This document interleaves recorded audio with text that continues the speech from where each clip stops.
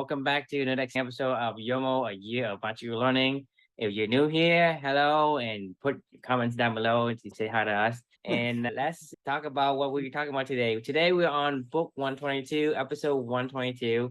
We want to talk about why we sleep. So take it over, Chris.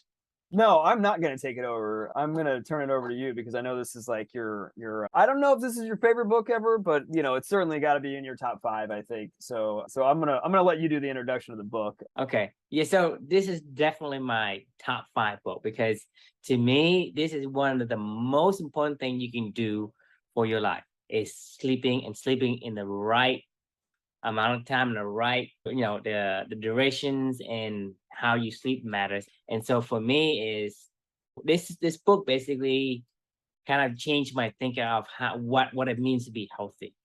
So a lot of time I took the sleep for granted and I go without sleeping and whatnot. This book basically kind of go through and give you evidence of why sleep is good and why not having sleep is actually the worst thing ever for anyone, whether so sleeping, it has a lot of benefits, meaning like your body are able to be healed faster.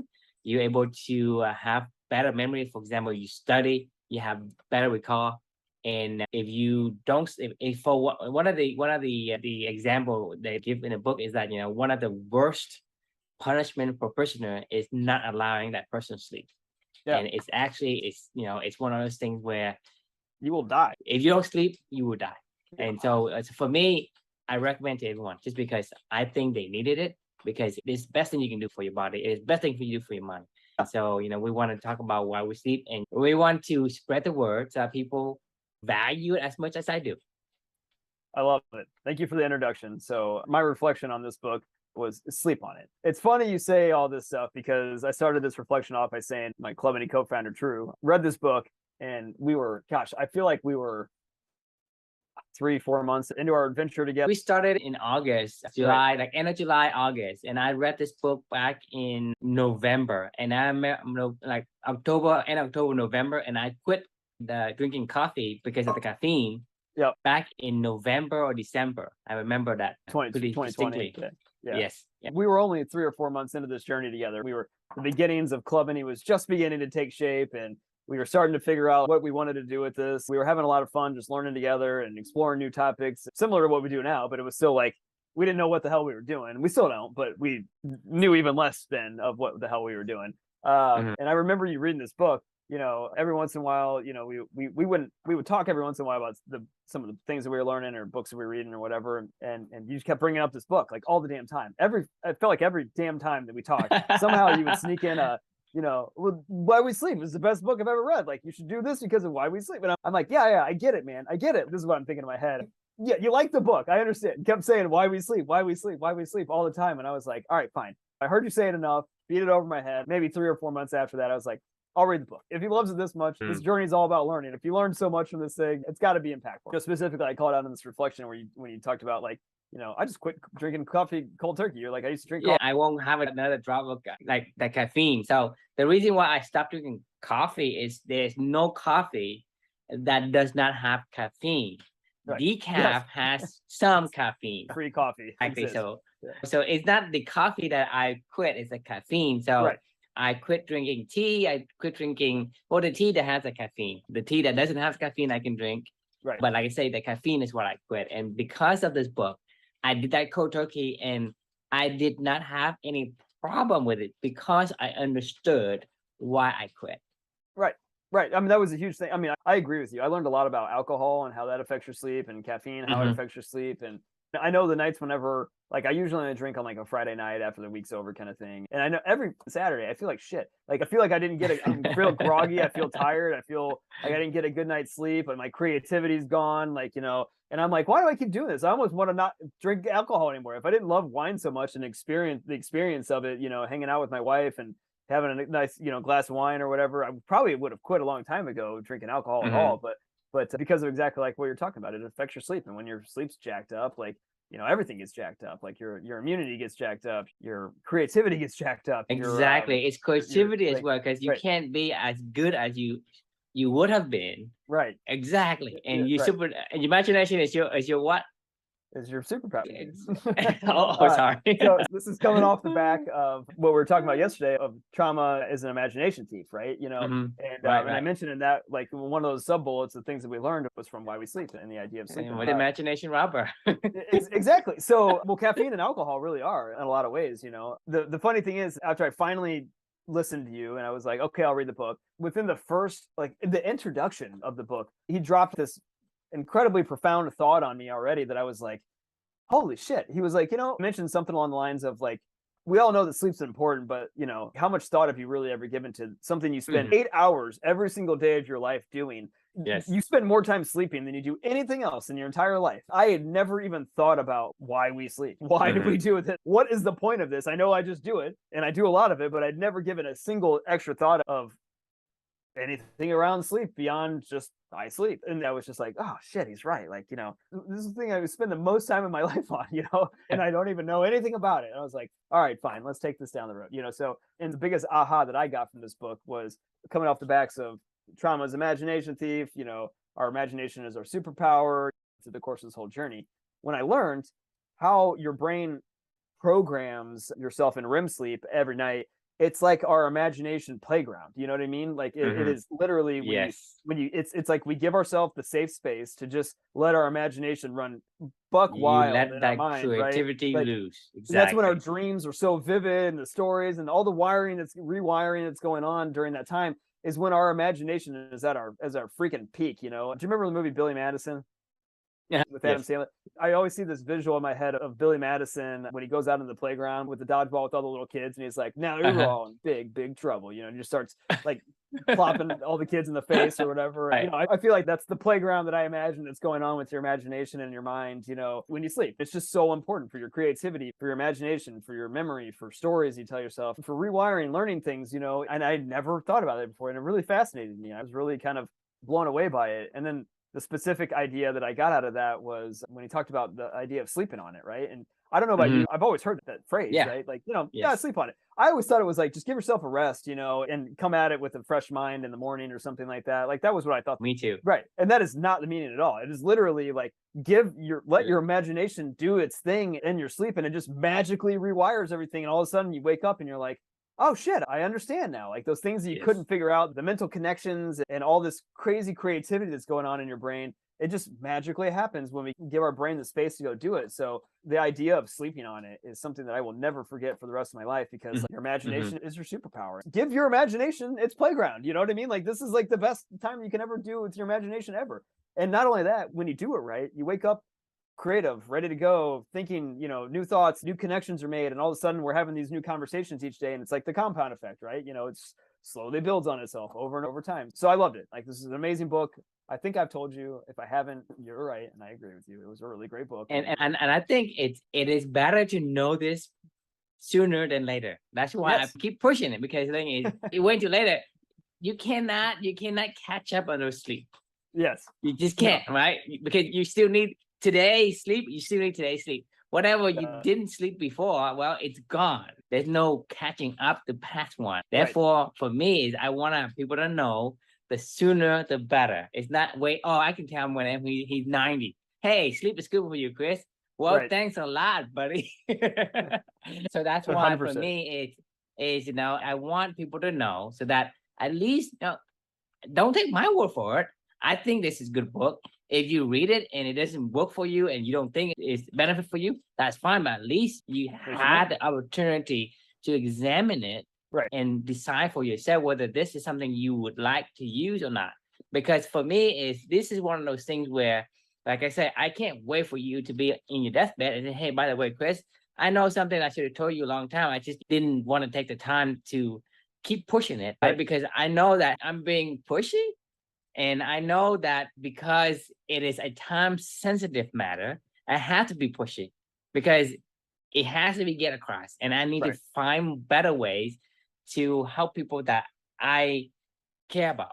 So that's why I do this. I tell people you should read this book. Regardless of whether you listen to me, I'll tell you in any conversation I have with people I care about. In this book, talking about the spider drinking caffeine and taking LSD and taking like cocaine, right?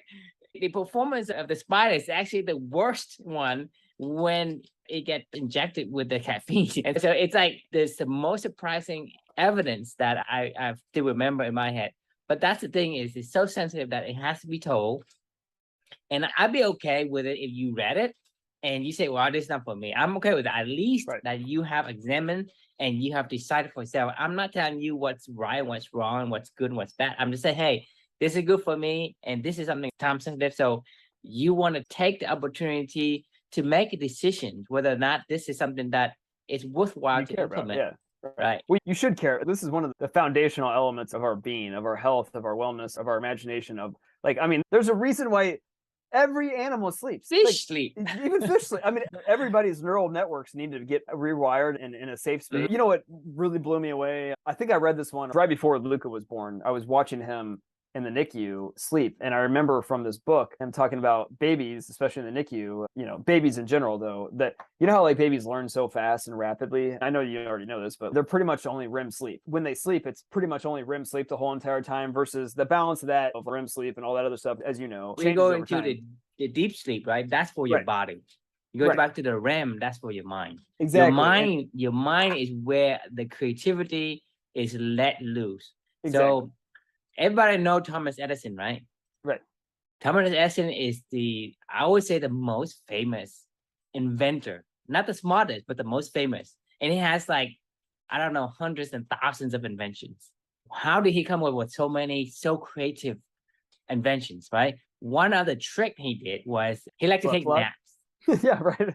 He slept on it. So what he does is he take naps like a couple times a day during the day.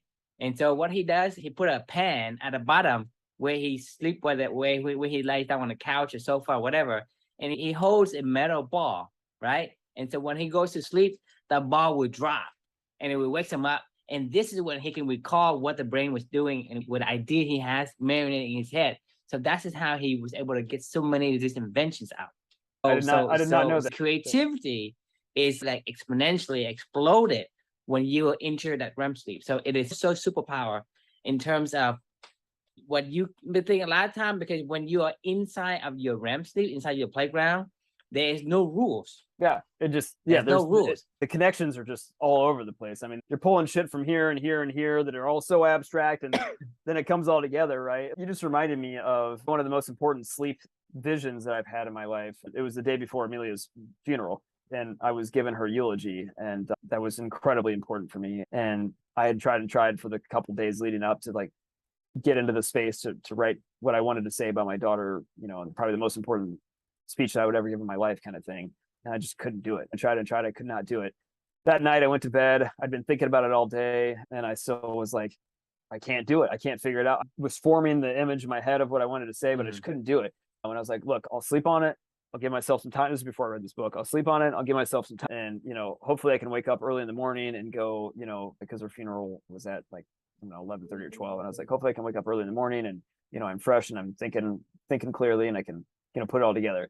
That night I started having, like, I could feel my brain thinking the same thoughts that I was thinking before I went to bed, and it was just racing. I could feel the vision of what I wanted to say about my daughter coming into my head, so much so that I was like, I got to get up. I got to write this down. I snapped out of it, and I woke up and I grabbed my phone. And I just started typing as fast as I could everything that I was thinking in my head.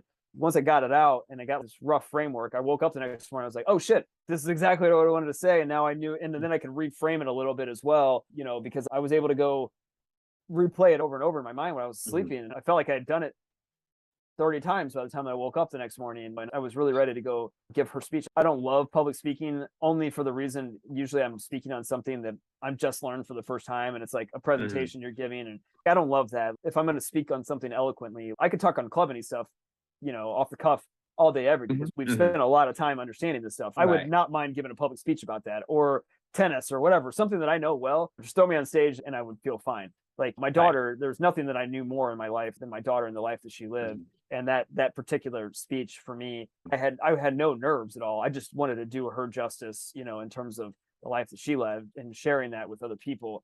And that night, I just vividly remember that whole entire experience. And I'm, you know, like we talked about here, coming full circle, it was really sleep on it. I could not put the connections together before I went to bed that night started firing about 2 or 3 in the morning, and then I had to get it out. It's really amazing how quickly it's able to coalesce into something more meaningful, just because we spend days having so many ideas floating in our heads, Right. and we just can't connect them in Right. pieces that make sense. But then you sleep for like 2-3 hours, and then suddenly everything comes Like, together. Your brain at that stage in the REM sleep, it is so much more powerful and so much more efficient at taking something months, right? Even years to kind of put together in a few hours. And so for me, it's sleeping is super important in that regard. And it's also worth noting that you forget it quickly as well. So in order for you to capture it, when you wake up, you have to kind of write down really, Yeah, you really gotta quick. get to it. That's why Yeah. Thomas Edison used that metal ball to kind of like when he dozed off, it would drop into the pan and wakes him up. This is when he started journaling his notes and all the stuff Right. to kind of get that down. Because otherwise, just like when you say, hey, I had a dream last night, but I don't remember a lot of details. So when you wake up, you remember the details, and then suddenly, like as as minutes gets past, right? You forget like half of it, and then 3/4 of it, and Right. then totally it's like 90% of it. It's Y- gone. y- So it is one of those things that if you want those things to be kind of permanently etched, you have to write them down. I agree. And I write every morning, like, and that's when I do my writing, right? Like, that's when my Mhm. brain is freshest and when I can get these things out. Like, not just write it down, but write it down in the morning. Like, write in the first thing in the Write morning down when you whenever get up. you like that's why you always keep a pen and a Yes. notebook next Well, to your for bed. me, it's I keep an Evernote, like I keep my phone in my Evernote app. I mean, these Uh-huh. days when I get an insight, I write it down immediately because I'm like, I will forget it. I Yes. know I will forget it, and it drives me nuts. It's like, God, I just had the best thought ever, and I can't remember it at all, and it's gone. And you just reminded me again, like, I can't tell you how many times on this journey of your magical learning journey that I had dreams about these books and the ideas of the lesson that I wanted to write about in my sleep. And then I woke up and I was like, oh, thank God I got this. I can go right now and get it out of my head. I can't tell you how many times that's happened. I mean, it's probably been, I don't know, at least It's pretty 25, 30 consistent, times, right? right. Regular. It's regular. Right, You right. keep doing it, it become regular. Just tell your brain that you need to figure out how to make them connect, and Right. it'll do it for you. And you just have to make sure that when you wake up, the first thing you do is you write it down. Yeah, write it down. Okay. It's pretty crazy. You're right. And like, It is amazing. I mean, to me, it's that's the remarkable. amazing Yeah. thing. And that's not all though, because we up to now we're only talking about the half of the benefit. The other half is a physical health, because when you go to deep sleep, that's where your body is repairing. That's your body is restoring the things. If you have enough sleep, you actually heal faster. The things that usually, if you don't have sleep for whatever the scars and the wounds that you have, they actually is not going to be properly healed. And so for me, it's like having core value of having good health, and I have poor health in the beginning. That's what for me is important for me to quit the caffeine, because I know that the caffeine is getting in the way of my body repairing itself. And because you don't sleep, you're not going to the operation room in the, like, we're going to a playground, right? For the REM sleep in the mental world, there is the repairing room in the physical sense when you go into deep sleep. So you have to have at least one cycle of deep sleep every single night. If you don't, your body is not able to, you're just not as healthy. Your body won't heal as fast as it could. And if it doesn't heal, like, you can't catch up on it. Just like if you lose the sleep, because today you still have the quota for today. You didn't make it yesterday. It's not going to be, hey, I'm going to sleep extra and it's going to catch up. It doesn't catch up. This goes back to balance again. Like, if you don't live, like, you can't make up balance, right? Like, you're exactly right. I think of it actually as really interesting because when you're a kid, like, you're pretty much all REM sleep for the most part and very little NREM sleep. And then as a teenager, you're recalibrating and balancing back out. You're pretty much all in REM sleep and very little REM sleep. And then as you get older in life, it starts to balance out, regularly, because you need them both. Like, they're both equally as important. But at certain stages of your life, you only need the one of the others are more important, just given, either physical or mental. Like, when you're a kid, like, that's how they learn so damn fast, because they're always learning, like, they're always reprogramming and refiring and making new cognitions and things like that. And we don't do that as much when we get older, but we have more of a balance, REM and NREM. That's a compensation as well, because if you track your sleep, you would notice that you will go into at least one cycle of NREM, also aka deep sleep, right? That's when your body heals. Sometimes you go into two, just because if your body is healthy, you're gonna be in REM sleep more than deep sleep. If your body are not healthy, then you're gonna be in more deep sleep than REM sleep. Right. Right. And sometimes there is some signals that kind of mislead you just because, let's say you have diabetes, like me, some of the symptoms will prevent you from even going to sleep. So you will never get to repair. So it actually blocks you from repairing itself in the first place. That's why I told you that I quit the caffeine cold turkey. When I went to sleep, I said, well, aha, I found this aha moment and decided, hey, no more caffeine. And then, oh, I'm going to start tomorrow. No, I start that moment. Immediately, I start the caffeine. And I had never had the caffeine. Oh, I did have caffeine in between. It's because I didn't know. But then, because my wife gave me this drink, right? It was some kind of tea, right? Yeah, some kind of like healthy drink. I drink it and I could not sleep. I say, did you have caffeine in it? Yeah, it has caffeine in it. Say, oh my goodness, that's why I couldn't sleep. As far as for me, like voluntarily drink the caffeine, I have never done it. I have sleep up once just because I didn't know. But now that every time my wife gives me something, I always check. Does this have caffeine?